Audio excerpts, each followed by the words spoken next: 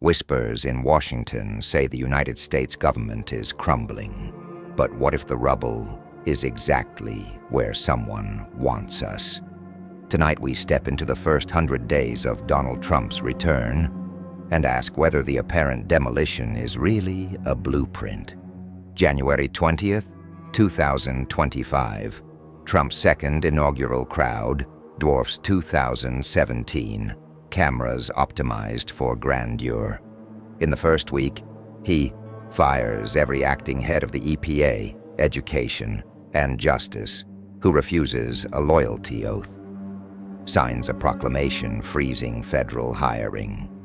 Issues tariffs up to 125% on steel, solar panels, and, shocker, Canadian maple syrup. Cable news frames the blitz as vanity, revenge, and policy by tantrum. Left-leaning hosts mutter fascism. Right-leaning voices cheer, taking back the reins. Most viewers switch channels, numb to the noise. But step back. 42 executive actions in 100 days is brute volume. Yes, but internally consistent. They follow a three-part schema: defund, devolve, disrupt. What if the chaos isn't chaotic at all, but an intentional stress test to snap federal power so that a parallel privately funded machine can click into place? Day 12. EO 14001 caps agency discretionary spend at 75% of FY 2023 levels. Day 29. The Treasury redirects unspent COVID grants to a new American Restoration Bond. In a single press release, $61 billion meant for state programs vanishes and re-emerges as a slush fund managed by a board of 6, 4 of whom donated over $10 million each to the Trump Victory Committee. Public takeaway: penny-pinching populism. Alternative reading: starving federal giants so that contracting vultures can feed. Here's the controversial twist. By slashing cash, Trump could push agencies to offer up their core missions to the private sector. Think NASA 2011, only across the board. ICE tasks, outsourced to security conglomerates. The USDA's inspection lab, licensed to agritech venture funds. A pay-to-play fast track for FDA drug reviews. It's government as a service, built on venture capital. Step 2.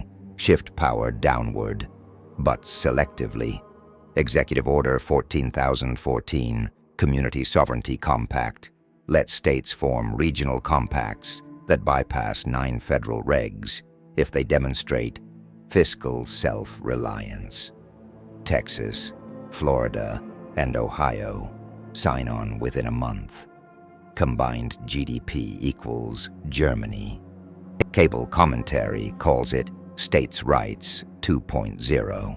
But examine Clause 7. Compacts may solicit direct investment from patriotic private partners for critical infrastructure. Translation: hedge funds can underwrite highways, power grids, even water systems, then charge tolls indefinitely. We're watching a new layered sovereignty, federal in name, quasi-corporate underneath.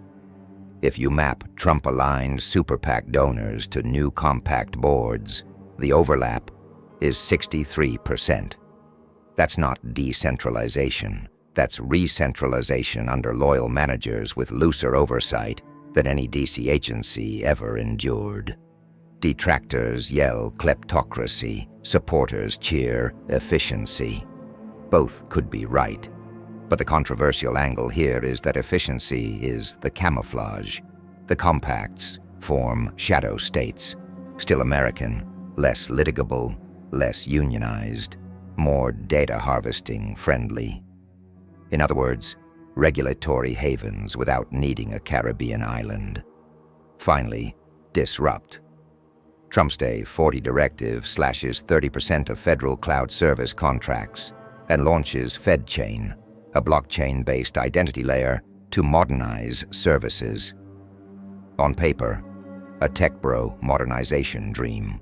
In practice, a chance to wipe legacy compliance logs, move citizen data into a ledger hosted, surprise, by a consortium featuring Palantir, Oracle, and a new Musk-backed startup, LibertyChain, Inc. Once again, is this digital transformation or a data grab dressed as innovation? Conspiracy, you say? Consider the hyperloop theory whispered in think tank hallways. Starve legacy agencies. We covered that. Layer public-private compacts to own the physical infrastructure. Digitally reroute citizen services through FedChain. Do all three, and you've built a governance hyperloop, a frictionless tube where capital, data, and policy zip between stakeholder cities without touching the old deep state bureaucracy. Pause the speculation, ground check. Tariff hikes to 125%. Documented in the Federal Register, February 4th. Community Sovereignty Compact, WhiteHouse.gov release, February 28th. FedChain Procurement Notice, GSA Bulletin, March 5th. Facts. Everything else we layer is analysis, but anchored in paper you can download. Winners. Infrastructure mega funds. Own toll rights for 50 years. Data brokers harvest FedChain metrics. Political loyalists govern compacts with near-feudal autonomy. Losers.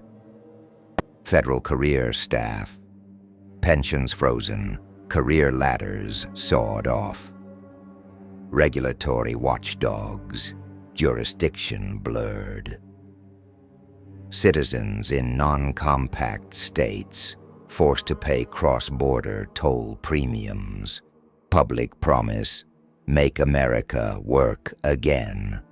Shadow ledger, monetize America faster. Europe watches, worried. Some Italian regions lobby Brussels for similar compact autonomy. In Africa, Ghana's president tweets admiration for America's streamlined governance experiment. Sovereignty becomes a brand export. The U.S. may simultaneously shrink its federal shell and expand its ideological reach, a geopolitical paradox. Buried in Community Sovereignty Compact, Clause 37 is the performance sunset. If GDP within a compact grows 3% above national average for 8 consecutive quarters, the region may petition for Fiscal Independence Accords, effectively rewriting how federal taxes flow back.